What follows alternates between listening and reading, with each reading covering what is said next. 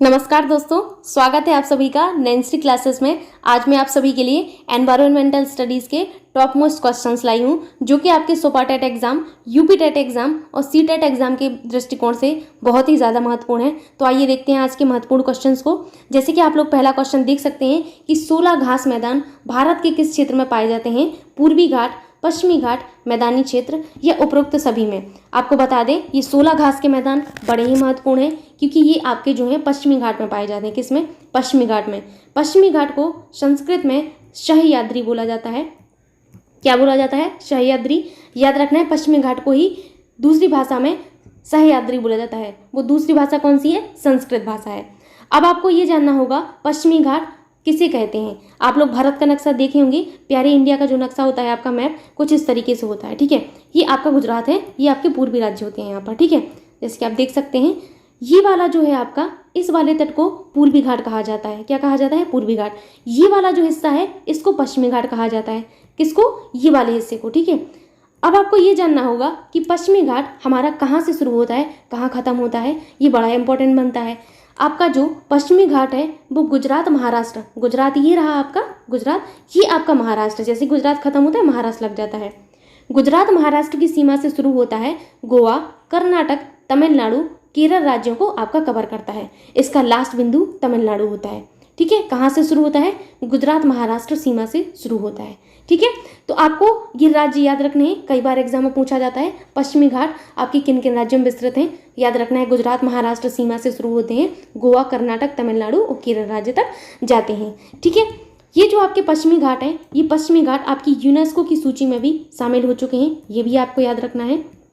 पूछा जाता है कि निम्नलिखित में से कौन सा यूनेस्को की सूची में शामिल नहीं है या कौन सा आपके यूनेस्को की सूची में शामिल है, तो अब आपको पता चल गया कि आपके पश्चिमी घाट यूनेस्को की सूची में शामिल कर दिए गए थे। ठीक है, ये चीज़ आपको याद रखनी है, बड़ी ही इंपॉर्टेंट है। नेक्स्ट क्वेश्चन है आपसे कि गाडगिल समिति रिपोर्ट और कस्तूरी रंगन समिति रिपोर्ट संबंधित है नर्मदा बचाओ अभियान से, पश्चिमी घाट के संरक्षण से, पशु पक्षियों के संरक्षण से या जैव विविधता के संरक्षण से। तो गाडगिल समिति रिपोर्ट और कस्तूरी रंगन समिति रिपोर्ट बहुत ही ज़्यादा इंपॉर्टेंट है, बहुत ज़्यादा इंपॉर्टेंट क्वेश्चन है ये वाला। ये जो है आपकी दोनों रिपोर्ट, इनका संबंध पश्चिमी घाट के संरक्षण से है। किससे है? पश्चिमी घाट के संरक्षण से है।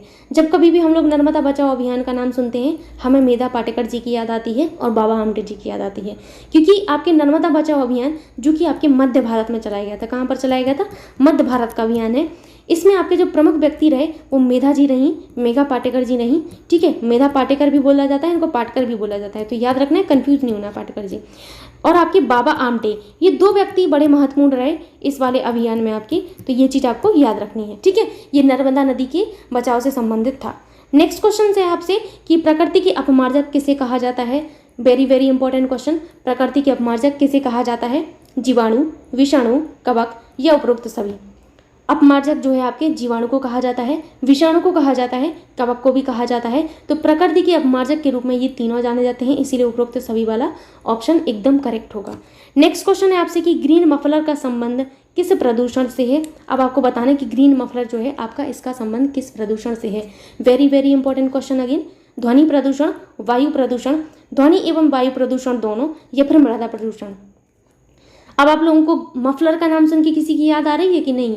मुझे तो जैसे याद आती है, जैसे मैं मफलर का नाम सुनती हूँ तो मुझे केजरीवाल जी की याद आती है, और आप लोगों को भी आ रही होगी। ठीक है, तो ग्रीन मफलर जो है आपकी, ग्रीन मफलर जो है आपके शोर अवशोषक के रूप में जाने जाते हैं। किसके रूप में? शोर अवशोषक के रूप में। ठीक है, क्योंकि ये ऐसे आपके जो है पौधे होते हैं जो आपके शोर को अवशोषित करते हैं, इसीलिए इन्हें शोर अवशोषक के रूप में जाना जाता है। तो आप समझ सकते हैं, जब ये शोर को अवशोषित करेंगे तो ये ध्वनि प्रदूषण को कंट्रोल कर रहे हैं, यानी कि इनका संबंध किससे है? ध्वनि प्रदूषण से है। लेकिन आपके ध्वनि प्रदूषण के अलावा ग्रीन मफलर का संबंध एक और प्रदूषण से भी है। किस प्रदूषण से है? वायु प्रदूषण से है। क्यों है वायु प्रदूषण से? क्योंकि ये जो प्रदूषक गैसों जो हैं, ये जो ग्रीन मफलर हैं, ये आपकी प्रदूषक गैसों को अवशोषित करके वायु प्रदूषण को कम करने में भी मदद करते हैं। फिर से सुनिए, मैंने क्या कहा? मैंने ये कहा कि ग्रीन मफलर प्रदूषक जो गैसें होती हैं इनको अवशोषित करके वायु प्रदूषण को कम करने में मदद करते हैं, जिस वजह से आपके ग्रीन मफलर का संबंध आपके ध्वनि प्रदूषण और वायु प्रदूषण दोनों से है। इसीलिए थर्ड ऑप्शन आपका एकदम करेक्ट होगा। ठीक है, अब बात आती है ग्रीन मफलर योजना की कि क्या होती है ग्रीन मफलर योजना, ये भी बड़ी इंपॉर्टेंट है। ग्रीन मफलर योजना, ठीक है, क्या है ये योजना? तो ये जो ग्रीन मफलर योजना है, इसके तहत ध्वनि प्रदूषण को कम करने के लिए अशोक, कौन सा? अशोक और नीम, ये जो दो पेड़ हैं अशोक और नीम, इन दोनों पेड़ों को आपके घर और निवासी इलाकों के पास लगाया जाएगा ताकि आपके जो प्रदूषण है, ध्वनि प्रदूषण है, इनको कम किया जा सके। तो आप लोगों ने ग्रीन मफलर योजना भी देख ली। अब मैं यहाँ पर एक चीज़ और बताना चाहूँगी, यदि कभी आपके एग्जाम में आता है कि ग्रीन मफलर का संबंध किस प्रदूषण से है, यदि आपका ये वाला ऑप्शन है तब तो आप दोनों प्रदूषण को टिक कर दोगे। मान के चलिए कि आपके ऑप्शन जो है, फर्स्ट वाला ऑप्शन यही है, सेकंड यही है, और थर्ड ऑप्शन आपसे दे दिया जाए रेडियोधर्मी प्रदूषण, ठीक है, और फोर्थ ऑप्शन आपसे यही है। अब आपसे पूछा गया कि ग्रीन मफलर का संबंध किस प्रदूषण से है। अब आप सोचेंगे कि नैन्स्ट्री में हमने तो पढ़ाया था कि ग्रीन मफलर का संबंध ध्वनि प्रदूषण से और वायु प्रदूषण से, दोनों से है, ठीक है। अब हम यहाँ पर क्या टिक करें? ऐसे में हम लोग डिलेमा में आ जाते हैं। ऐसे केसेस में हमें ध्वनि प्रदूषण को प्रायोरिटी देनी है। किसको? ध्वनि प्रदूषण को प्रायोरिटी देनी है। वैसे ही ऐसा केस होगा नहीं, कोई एक प्रदूषण दिया जाता है आपके एग्जाम में। मान के चलिए विपत्तियाँ कभी बता के नहीं आती हैं, आप लोग विपत्तियों से जूझ चुके हैं। सबसे बड़ी विपत्ति तो ये आई थी कि आपका जब 28 नवंबर को टेट का एग्जाम जो है लीक हुआ था, ये सबसे बड़ी विपत्ति थी। मुझे ऐसा लगता है कि ये बहुत गलत चीज़ थी उस टाइम। तो मान के चलिए कि किस्मत ने धोखा दे दिया और आपका ऐसा क्वेश्चन आ गया, तो आपको ध्वनि प्रदूषण को प्रायोरिटी देनी है। आई होप इतनी चीज़ें आपको समझ में आई होंगी। यदि आपको वीडियो अच्छा लगता है तो आप लोग वीडियो को लाइक कर दिया करिए। शेयर तो आप लोग करते नहीं हैं, तो आप लोग प्लीज़ वीडियो को शेयर भी कर दिया करिए अपने दोस्तों के साथ, ठीक है, रिक्वेस्ट है आप सभी से। नेक्स्ट क्वेश्चन है आपसे कि वायुमंडल की किस परत में अक्रिय गैसें पाई जाती हैं। बड़ा ही महत्वपूर्ण क्वेश्चन है कि वायुमंडल की किस परत में अक्रिय गैसें पाई जाती हैं। समताप मंडल, क्षोभ मंडल, वाहमंडल या आयन मंडल। पहले तो देख लेते हैं कि वायुमंडल में परतें किस तरीके से आपकी विद्यमान रहती हैं। जो मैं आपको सीक्वेंस बता रही हूँ, ये बिल्कुल आपको हूबहू याद करना है, ये बड़ा ही महत्वपूर्ण है। एग्जाम में सीधा सीधा पूछा जाता है, तो अब ऐसी चीज़ों को तो याद रखना ही पड़ेगा आप सभी को, ठीक है। आपका 0 किलोमीटर से लेके आपके 40 किलोमीटर तक आपकी कौन सी परत होती है? तो क्षोभ मंडल होता है, ठीक है, क्षोभ मंडल, ये हुई आपकी क्षोभ मंडल। आपके 40 किलोमीटर से 80 किलोमीटर तक क्या होता है? यहाँ होता है आपका समताप मंडल, ठीक है, समताप मंडल, ठीक। आपके 80 किलोमीटर से लेके 400 किलोमीटर तक आपका जाता है मध्य मंडल। क्या जाता है? मध्य मंडल, ठीक है।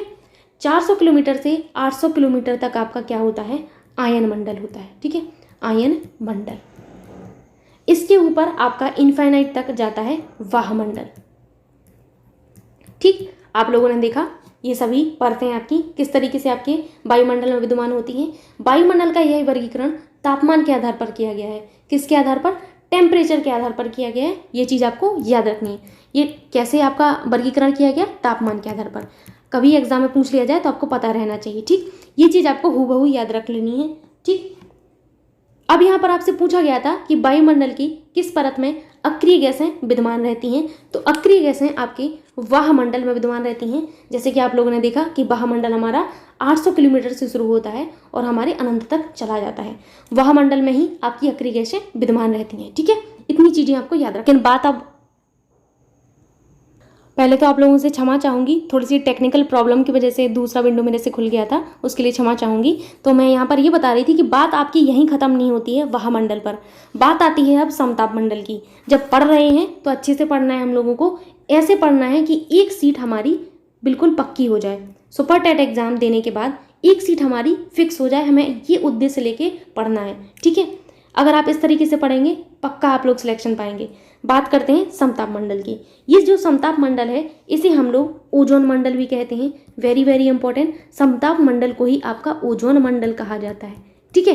ये जो समताप मंडल होता है इसमें आपकी हवाई जहाज उड़ाए जाते हैं। क्या? हवाई जहाज आपकी इसी मंडल में उड़ाए जाते हैं, ठीक है। क्योंकि यहाँ पर कोई मौसम संबंधी घटना नहीं होती है। एग्जाम में सीधा सीधा पूछा जाता है कि आपके किस मंडल में मौसम संबंधी घटना नहीं होती है, तो वो है आपका समताप मंडल या फिर आपका ओजोन मंडल, ठीक है। इसी आपकी मंडल में ओजोन आपकी जो परत है ये विद्यमान रहती है, जिस वजह से इस मंडल को आपका ओजोन मंडल कहा जाता है। एग्जाम में कई बार सीधा सीधा पूछा जाता है कि ओजोन परत आपके किस मंडल में विद्यमान रहती है, तो याद रखना है समताप मंडल में ओजोन परत विद्यमान रहती है। ये चीज़ें आपने जानी। पहले तो आपने जाना वायुमंडल के बारे में। वायुमंडल में अक्रिय गैसें पाई जाती हैं। समताप मंडल में ओजोन परत पाई जाती है, साथ ही साथ इसे ओजोन मंडल कहते हैं। ये चीज़ आपने देखी। हवाई जहाज कहाँ उड़ाए जाते हैं? समताप मंडल में हम लोग उड़ाएंगे। कहाँ? समताप मंडल में हम लोग अपना हवाई जहाज उड़ाएंगे। अब बात आती है आपकी क्षोभ मंडल की। क्षोभ मंडल, ठीक है, सेकंड नंबर पर जो दिया है।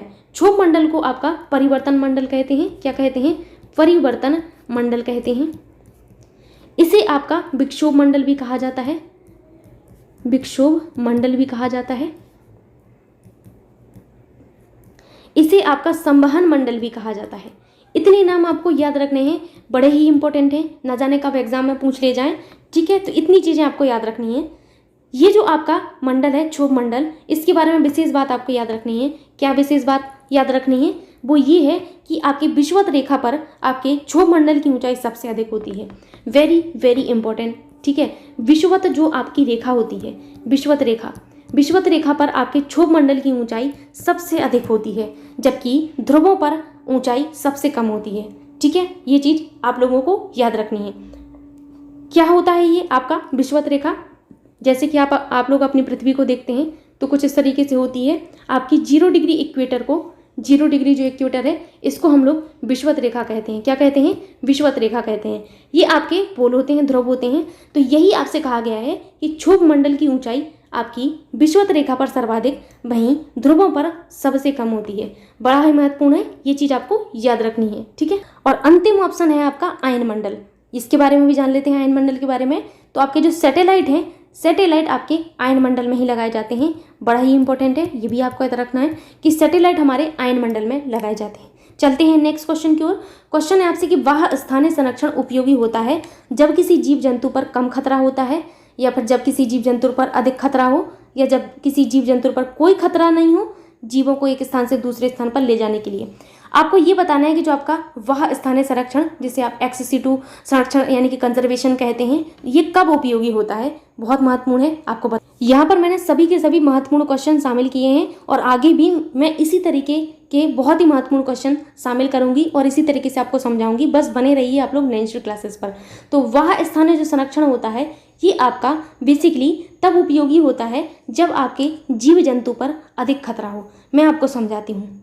मान के चलिए कि आपको आपके घर में कोई खतरा नहीं है, ये आपका प्यारा सा घर है, ठीक है, आपका मिनी वर्ल्ड है ये। इस घर में आपको कोई खतरा नहीं है, आप बाहर क्यों जाएंगे भाई जब कोई खतरा नहीं है। इस घर में हम अच्छे से पढ़ ले रहे हैं, हमें कोई डिस्टर्ब नहीं कर रहा है, सब लोग मुझे सपोर्ट कर रहे हैं कि भाई आप पढ़ो, आपकी पढ़ाई इंपॉर्टेंट है, आप कुछ मतलब जो आप अपने काम है बस वही करो, बाकी आप पढ़ाई करो। आपका ये घर आपको बड़ा प्यारा लगता है, तो क्यों हम बाहर जाएंगे, हम क्यों इलाहाबाद जाएंगे, हम क्यों दिल्ली जाएंगे तैयारी करने के लिए, हम क्यों जाएंगे कहीं और जब हमें घर में ही सारी सुविधाएं मिलेंगी, ठीक है। तो ये होता है आपका इन सीटू कंजर्वेशन, यानी कि आपका इसे क्या कहेंगे, इन सीटू कंजर्वेशन को हिंदी में इसे कहते हैं स्वस्थानीय संरक्षण। अब मान के चलिए कि आपका एक ऐसा घर है, मान के चलिए एक ऐसा घर है जिसमें आपको सपोर्ट नहीं मिल रहा, आपको पढ़ाई करनी है, लेकिन लोगों का ये कहना है कि पढ़ाई करके कुछ नहीं होने वाला, क्योंकि लड़कियों का काम होता है चूल्हा चकला संभालना, ठीक। अब ऐसे केसेस में होता क्या है, लड़की जाना चाहती है बाहर, ऐसे केसेस में कोई बाहर नहीं भेजता है, लेकिन अचानक से उसके जो भाई लोग हैं उसको अपने साथ ले जाते हैं कि बहन तू चल और मेरे साथ, मैं तुम्हें पढ़ाऊंगा। ऐसे केस में होता है आपका वह स्थानीय संरक्षण, ये होता है आपका XC2 संरक्षण। तो आपने जाना कि जब अधिक खतरा था, जब हमें खतरा नहीं था तब तो हम इन सीटू कंजर्वेशन को फॉलो करेंगे, खतरा है तब हम बाहर जाएंगे, तब हम वह स्थानीय संरक्षण को उपयोगी मानते हैं। मैंने यहाँ पर आपको एग्जाम्पल के थ्रू समझाने की बड़ी कोशिश की, आई होप आप लोग समझ गए होंगे। तो आपका ऑप्शन 2 एकदम करेक्ट होगा, ठीक है। अब बात आती है कि वह स्थानीय संरक्षण की विधियां कौन कौन सी हैं, जो कि बड़ी महत्वपूर्ण है, एग्जाम में पूछी जाती हैं कि वह स्थानीय संरक्षण की विधि है। तो वह स्थानीय जो संरक्षण है इनकी विधि होती है, पहली होती है आपकी वानस्पतिक उद्यान, ठीक है। वानस्पतिक जो उद्यान होते हैं आपके, ये आपके वह स्थानीय संरक्षण के एग्जाम्पल हैं, यानी कि विधियां हैं, उद्यान, ठीक है। नेक्स्ट होता है आपका चिड़ियाघर, ठीक। चिड़ियाघर, चिड़ियाघर में हम लोग क्या करते हैं, हम लोग ऐसे जीव जंतुओं को लाते हैं जिन पर अधिक खतरा था, हम किसी और जगह जाके उनको संरक्षण प्रदान करते हैं, यही होता है ना चिड़ियाघर में।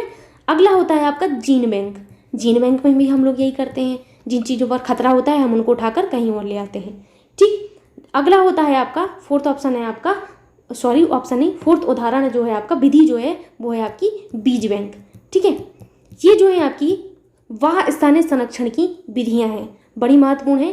पहला है आपका वनस्पतिक उद्यान, चिड़ियाघर, जीन बैंक, बीज बैंक, ये आपके वाह स्थानीय संरक्षण की विधियां हैं। ठीक है, चलते हैं नेक्स्ट क्वेश्चन की ओर। क्वेश्चन है आपसे कि स्वस्थानीय संरक्षण की विधियां हैं राष्ट्रीय पार्क, जैव मंडल आरक्षित क्षेत्र, राष्ट्रीय अभ्यारण्य या वन्यजीव अभ्यारण्य या उपरोक्त सभी। तो आपके स्वस्थानीय संरक्षण कब आपके कारगर होते हैं, कब उपयोगी होते हैं, जब आपके जीव जंतु को खतरा थोड़ा कम हो।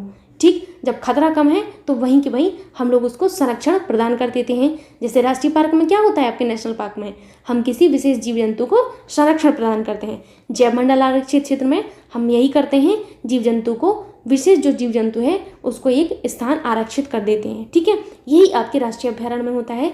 इसीलिए स्वस्थानीय संरक्षण विधि में आपकी राष्ट्रीय पार्क, जैव मंडल आरक्षित क्षेत्र, राष्ट्रीय अभ्यारण्य या वन्यजीव अभ्यारण्य शामिल है। इसीलिए उपरोक्त सभी वाला ऑप्शन एकदम करेक्ट होगा।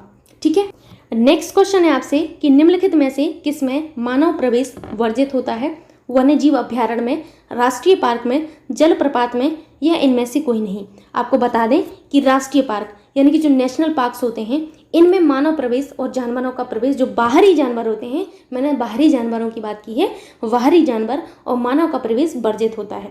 जो आपके क्रोड वाला भाग है इसमें आपका कोई भी मानव या फिर बाहरी जानवर नहीं जा सकता है। क्रोड वाले भाग में, क्रोड के बाहर, ये जो क्रोड वाला भाग है इसके बाहर जो नॉर्मल क्षेत्र होता है इसमें आप घूम सकते हैं, एंजॉय कर सकते हैं, लेकिन क्रोड वाले भाग में नहीं जा सकते। क्रोड वाले भाग में मानव प्रवेश वर्जित रहता है। ठीक है, इसलिए ऑप्शन 2 एकदम करेक्ट होगा। ठीक, अब यहाँ पर आपको ये जानना है कि आपके प्यारे भारत में कुल कितने नेशनल पार्क हैं। बड़ा ही महत्वपूर्ण है, आपको याद रखनी है इतनी चीज़ें जो मैं बताऊं, वो सारी चीज़ें आपको याद रखनी है। राष्ट्रीय पार्कों की संख्या आपके प्यारे भारत में 105 है। कितनी है? 105 आपकी नेशनल पार्क है। कुल नेशनल पार्क ये जो हैं आपके इतने हैं। पहला national park, very very important, कि पहला नेशनल पार्क कौन सा है, तो पहले नेशनल पार्क का नाम है Jim Corbett national park. National park को मैं इस तरीके से एनपी लिख देती हूँ, आप लोग समझ जाना। ठीक है, जिम कॉर्बेट नेशनल पार्क आपका पहला राष्ट्रीय पार्क माना जाता है, जो कि आपके उत्तराखंड में है। कहाँ पर है? उत्तराखंड में है। ठीक है, यही उत्तराखंड जो आपकी यूपी से तोड़कर बनाया गया था। ठीक है, ये जो उत्तराखंड है इसी में आपका जिम कॉर्बेट नेशनल पार्क है, जो कि आपके भारत का पहला नेशनल पार्क माना जाता है। अब बात आती है सबसे बड़ा नेशनल पार्क की, कि सबसे बड़ा नेशनल पार्क प्यारे भारत का कौन सा है, तो वो है आपका हेमस्क नेशनल पार्क। कौन सा है? हेमस्क नेशनल पार्क, जो कि आपका है लद्दाख में। कहाँ पर है? लद्दाख में। लोकेशन बहुत इंपॉर्टेंट है, याद रखना है, न जाने कब पूछ ली जाए। सबसे छोटा नेशनल पार्क कौन सा है? सबसे छोटा नेशनल पार्क है आपका साउथ बटन द्वीप। ठीक है, साउथ बटन द्वीप जो है आपका सबसे छोटा नेशनल पार्क है, जो कि आपके अंडमान एवं निकोबार द्वीप समूह में है। ठीक है, अब बात आती है यूपी के नेशनल पार्क की। ठीक है, हम यूपी का एग्जाम देने जा रहे हैं, हमें पता होना चाहिए, ज्ञान होना चाहिए इतना कि यूपी में कितने नेशनल पार्क हैं। प्यारे यूपी में एकमात्र नेशनल पार्क है, सिर्फ एक नेशनल पार्क है। कौन सा? दुधवा नेशनल पार्क है। दुधवा राष्ट्रीय पार्क आपके यूपी में है। कहाँ पर है? लखीमपुर खीरी में है। ठीक है, लखीमपुर खीरी में आपका जो है दुधवा नेशनल पार्क देखने को मिलता है। ठीक है, ये वही खीरी है जो आपकी यूपी के 75 जिलों में से सबसे बड़ा जिला आपका है। ठीक है, क्षेत्रफल के दृष्टिकोण से सबसे बड़ा जिला आपका लखीमपुर खीरी माना जाता है। ठीक है, इतनी चीज़ें आपने जानी राष्ट्रीय पार्क के बारे में। आइए चलते हैं अगले क्वेश्चन की ओर, जो कि है आपका कि वन्य जीव अभ्यारण्य को घोषित करने की शक्ति किसके पास होती है। वेरी वेरी इंपॉर्टेंट, कि वन्य जीव जो अभ्यारण्य होते हैं इनको घोषित करने की शक्ति किनके पास होती है? राज्य सरकार के पास, केंद्र सरकार के पास, या फिर आपकी international union for nature conservation, या फिर एनजीटी यानी कि नेशनल ग्रीन ट्रिब्यूनल के पास। आपके वन्यजीव अभ्यारण्य को घोषित, किसी भी क्षेत्र को वन्यजीव अभ्यारण्य घोषित करने की शक्ति आपकी केंद्र सरकार के पास होती है। इसीलिए ऑप्शन 2 एकदम करेक्ट होगा। मैंने क्या कहा? आपका कोई भी क्षेत्र वन्यजीव अभ्यारण्य को घोषित करने की जो शक्ति है किसी भी क्षेत्र को, वो आपके केंद्र सरकार के पास होती है। ठीक है, सेंट्रल गवर्नमेंट के पास होती है। कितने वन्यजीव अभ्यारण्य हैं आपके प्यारे भारत में? तो प्यारे भारत में जो कुल वन्यजीव अभ्यारण्य हैं वो आपके हैं 543 हैं कुल। ठीक है, ये टोटल दिया गया है आपको। अब बात आती है आपके प्यारे भारत का सबसे बड़ा वन्यजीव अभ्यारण्य कौन सा है, तो वो है आपका कच्छ डेजर्ट। कौन सा है? कच्छ डेजर्ट आपका वन्य जीव अभ्यारण्य, जो कि आपके गुजरात में है। कहाँ पर है? गुजरात में है। बात आती है सबसे छोटा वन्य जीव अभ्यारण्य कौन सा है, तो वो है आपका पिट्टी एवं गूंज। कौन सा है? पिट्टी एवं गूंज वन्य जीव अभ्यारण्य, जो कि है आपका लक्षद्वीप में है। कहाँ पर है? लक्षद्वीप में आपका सबसे छोटा वन्य जीव अभ्यारण्य है। ठीक है, पिट्टी एवं गूंज जिसका नाम है। ये आपने बात जानी सभी की सभी वन्य जीव अभ्यारण्य के बारे में। चलते हैं नेक्स्ट क्वेश्चन की ओर। क्वेश्चन है आपसे कि यूनेस्को की सूची में शामिल भारत का पहला जैव मंडल आरक्षित क्षेत्र था Nilgiri, Kanchenjunga, Dihang Dibang, Nanda Devi. Very very important question. UNESCO की सूची में शामिल आपका पहला जैव मंडल आरक्षित क्षेत्र कौन सा था, तो वो था नीलगिरी। कब शामिल किया गया था? 2000 में शामिल किया गया था इसको, 2000 में शामिल किया गया था। ये आपका पहला जैव मंडल आरक्षित क्षेत्र है। भारत में आपके कितने जैव मंडल आरक्षित क्षेत्र हैं? 18 जैव मंडल आरक्षित क्षेत्र हैं। कितने हैं? टोटल 18 हैं। यूनेस्को द्वारा जैव मंडल संरक्षण के लिए आपका MAB कार्यक्रम चलाया गया। वेरी वेरी इंपॉर्टेंट, मैंने ये जो बताया MAB कार्यक्रम आपके यूनेस्को द्वारा चलाया गया था। किसके द्वारा? यूनेस्को द्वारा चलाया गया था। ये MAB कार्यक्रम किस लिए चलाया गया था? जैव मंडल संरक्षण के लिए। ठीक है, यूनेस्को द्वारा जैव मंडल संरक्षण के लिए द्वारा। ठीक है, जैव मंडल संरक्षण। ठीक, एग्जाम में सीधा सीधा पूछा जाता है MAB कार्यक्रम क्यों आपका चलाया गया यूनेस्को द्वारा, तो जैव मंडल संरक्षण के लिए आपका MAB कार्यक्रम चलाया गया। MAB का पूरा नाम है मैन एंड बायोस्फीयर। क्या है? Man and biosphere. ठीक है, ये आपके नाम होते हैं MAB कार्यक्रम की। याद रखना है इतनी चीजें। ठीक है, नेक्स्ट क्वेश्चन है आपसे कि भारत का सबसे नवीन जैव मंडल आरक्षित क्षेत्र कौन सा है, मतलब आपका जो रिसेंटली आपका जैव मंडल आरक्षित क्षेत्र में शामिल किया गया है वो कौन सा है? पचमढ़ी, पन्ना राष्ट्रीय उद्यान, अगस्त्यमलाई, मन्नार की खाड़ी। तो पन्ना राष्ट्रीय उद्यान जो कि आपका 18वां आपका जैव मंडल आरक्षित क्षेत्र बना है वो है पन्ना राष्ट्रीय उद्यान, जो आपका 2011 में आपका शामिल किया गया। ये आपके मध्य प्रदेश जिले में है। कहाँ पर है? ये आपके मध्य प्रदेश जिले में देखने को मिलता है। ठीक है, इतनी चीजें आपको याद रखनी है। नेक्स्ट क्वेश्चन है आपसे कि निम्नलिखित में से कौन विफल रहा? कार्टागोना संधि, नगोया प्रोटोकॉल, मॉन्ट्रियल प्रोटोकॉल या इनमें से कोई नहीं। तो आपका नगोया जो प्रोटोकॉल है सेकंड नंबर वाला, ये आपका एक विफल प्रोटोकॉल माना जाता है। क्या माना जाता है? विफल प्रोटोकॉल की श्रेणी में आता है। ये आपका जापान में चलाया गया था। कहाँ था? जापान में आपका जो है प्रोटोकॉल था ये। ठीक, 2010 में ये आपका चलाया गया था नगोया प्रोटोकॉल। कब? 2010 में। किस लिए चलाया गया था? जेनेटिक उत्पादों की प्रतिबंध से संबंधित था। किससे संबंधित था? जेनेटिक जो उत्पाद हैं, जेनेटिक उत्पादों से संबंधित था ये वाला प्रोटोकॉल। ठीक है, अब बात आती है आपके कार्टागोना संधि की। तो कार्टागोना संधि आपके 2000 में आई थी। कब आई थी? सन 2000 में आई थी। ये जो कार्टागोना संधि थी ये आपके आनुवांशिकी सुधार, इसके अंतर्गत ये कहा गया कि आनुवांशिकी सुधार केवल और केवल संकट मुक्त प्रजातियों पर किए जा सकते हैं, ऐसा कार्टागोना संधि में कहा गया। ठीक है, सबसे महत्वपूर्ण होती है आपका मॉन्ट्रियल प्रोटोकॉल। ये प्रोटोकॉल बड़ा ही महत्वपूर्ण है। ये प्रोटोकॉल आपकी ओजोन परत से संबंधित है। आपको याद रखना है ओजोन परत से संबंधित कौन सा प्रोटोकॉल है? मॉन्ट्रियल प्रोटोकॉल है। ये कब आपका प्रभावी हुआ? 1 जनवरी, बड़ा महत्वपूर्ण है, 1 जनवरी 1989 को आपका ये प्रोटोकॉल जो है आपका प्रभावी हुआ था। ठीक है, आइए चलते हैं अगले क्वेश्चन की ओर, जो कि है आपसे कि सीसा की अधिकता से कौन सा रोग होता है। महत्वपूर्ण क्वेश्चन है ये वाला भी कि सीसा की अधिकता से कौन सा रोग होता है। Anaemia, black foot, fluorosis, itai itai. जैसे कि आप सभी को पता है ना तो किसी चीज़ की अधिकता अच्छी होती है, ना ही किसी चीज़ की कमी अच्छी होती है। आप लोग इस चीज़ को महसूस किए होंगे, अधिकता और कमी बड़ी ही जो है आपकी दुखदाई होती है, ये दोनों ही खतरनाक भी होती हैं। तो यही आपसे पूछा गया है कि सीसा की अधिकता से कौन सा रोग होता है, तो सीसा की अधिकता से एनीमिया रोग होता है। एनीमिया में आप सभी को पता है कि आपके जो हीमोग्लोबिन है ये कम होने लगते हैं एनीमिया के कारण। ठीक है, तो एनीमिया जो है आपका सीसा की अधिकता से भी होता है, ये चीज़ आपको याद रखनी है। अब बात आती है ब्लैक फुट रोग की। तो ब्लैक फुट रोग कैसे होता है? आर्सेनिक की अधिकता से होता है। कैसे होता है? आर्सेनिक की अधिकता से आपका ब्लैक फुट नामक रोग होता है। फ्लोरोसिस रोग आपका फ्लोराइड की अधिकता से होता है। वेरी वेरी इंपॉर्टेंट, फ्लोराइड की अधिकता से होता है फ्लोरोसिस रोग। इटाइटाई रोग कैडमियम की अधिकता से होता है, कैडमियम। ठीक है, ये सभी धातुएं हैं आपकी, ये धातुओं से होने वाले रोग मैंने बताए हैं। आपके सीसा की अधिकता से एनीमिया, आर्सेनिक की अधिकता से ब्लैकफुट, फ्लोराइड की अधिकता से फ्लोरोसिस, कैडमियम की अधिकता से आपका इटाई रोग। ठीक है, नेक्स्ट क्वेश्चन पर चलते हैं जो कि है आपका कि एगमार्क का संबंध है उत्पादन से, गुणवत्ता से, संसाधन से या पैकेजिंग से। बताइए एगमार्क का संबंध किससे है? आपकी एगमार्क का जो संबंध है वो आपकी गुणवत्ता से है। किससे है? गुणवत्ता से है। याद रखना है, इंपॉर्टेंट क्वेश्चन है, आया हुआ क्वेश्चन है। एगमार्क का संबंध गुणवत्ता से है। ये आपकी खाद्य वस्तुओं की शुद्धता और गुणवत्ता को सुनिश्चित करता है। किसको? खाद्य जो वस्तुएं होती हैं आपकी, इनकी शुद्धता और गुणवत्ता को सुनिश्चित करता है। आपका एगमार्क जो है आपके कृषि और खाद्य पदार्थों पर लगाया जाता है। किस पर? कृषि और आपके खाद्य पदार्थों पर लगाया जाता है। ठीक है, पूछा जाए अगर कभी तो याद रखना है। ठीक है, अब मन में आ रहा होगा आपको कि आपका जो एगमार्क है वो आपकी किस मंत्रालय द्वारा लगाया जाता है? तो एगमार्क का संबंध आपकी जो है भारत सरकार के खाद्य मंत्रालय से है। किससे है? भारत सरकार के खाद्य मंत्रालय से। ठीक है, खाद्य मंत्रालय से इनका संबंध है।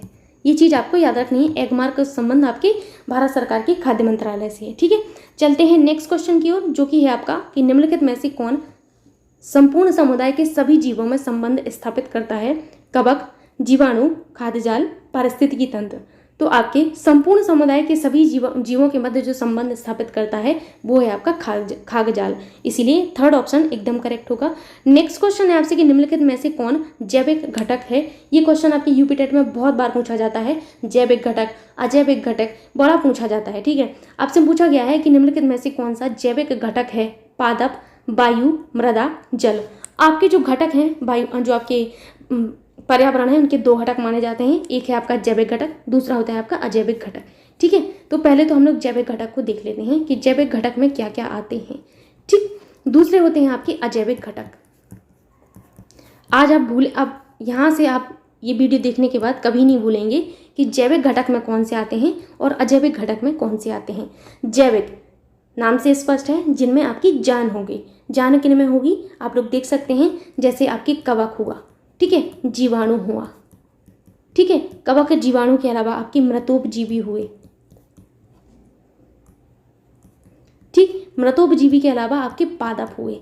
ठीक, तो आपके जैविक घटक में आते हैं आपके कवक, जीवाणु, मृतोपजीवी, पादप। अब बात आती है अजैविक घटक की, तो प्रोटीन आपके अजैविक घटक में आते हैं। ठीक है, कार्बोहाइड्रेट अजैविक घटक में आते हैं।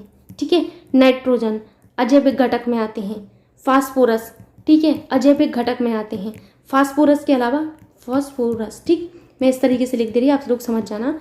सल्फर अजैविक घटक में आता है आपका। सल्फर के अलावा 3 और हैं, यहाँ पर मैं लिख देती हूँ अजैविक घटक में 3 और कौन कौन से हैं जो कि आपके सबसे ज़्यादा महत्वपूर्ण हैं। वो है आपका जल के अलावा आपकी वायु के अलावा आपकी मृदा। ये 3 आपके जो हैं अजैविक घटक में ही आते हैं।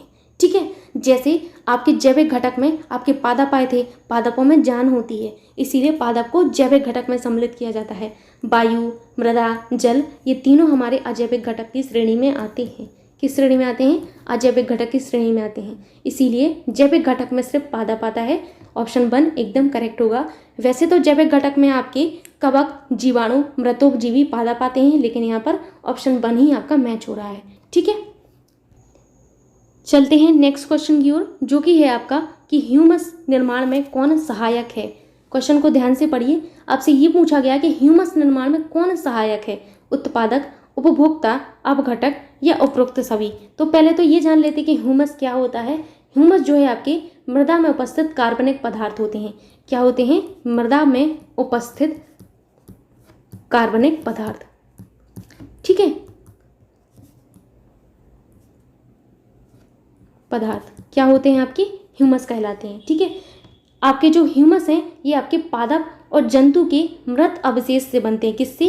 पादप और जंतु के।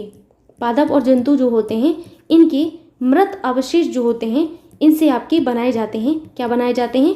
ह्यूमस बनाए जाते हैं। ठीक है, आपके ह्यूमस निर्माण में सहायक पूछा गया है तो ह्यूमस निर्माण में आपके उत्पादक, उपभोक्ता, अपघटक तीनों ही सहायक होते हैं। इसीलिए 4th ऑप्शन एकदम करेक्ट होगा। ठीक है, तो आज का वीडियो यहीं तक था। अगली बार जब आपको ये एनवायरमेंटल स्टडीज़ का वीडियो मिलेगा, तो इसी नेक्स्ट क्वेश्चन से मिलेगा। आई होप आप लोगों को वीडियो अच्छा लगा होगा, सारे क्वेश्चन अच्छे से समझ में आए होंगे। यदि कोई भी डाउट रहता है आप लोग कमेंट बॉक्स में पूछ सकते हैं, और इसी तरीके के और भी वीडियोज़ के लिए आप मेरे चैनल को सब्सक्राइब कर सकते हैं और बेल आइकन को दबा सकते हैं, ताकि आपकी कोई सी भी सुपर टेट की वीडियो, टेट की वीडियो, सी टेट की वीडियो मिस ना हो। आई होप आप लोग को ये वीडियो अच्छा लगा होगा। मिलते हैं अगले वीडियो में। Thank you so much. तब तक के लिए बाय।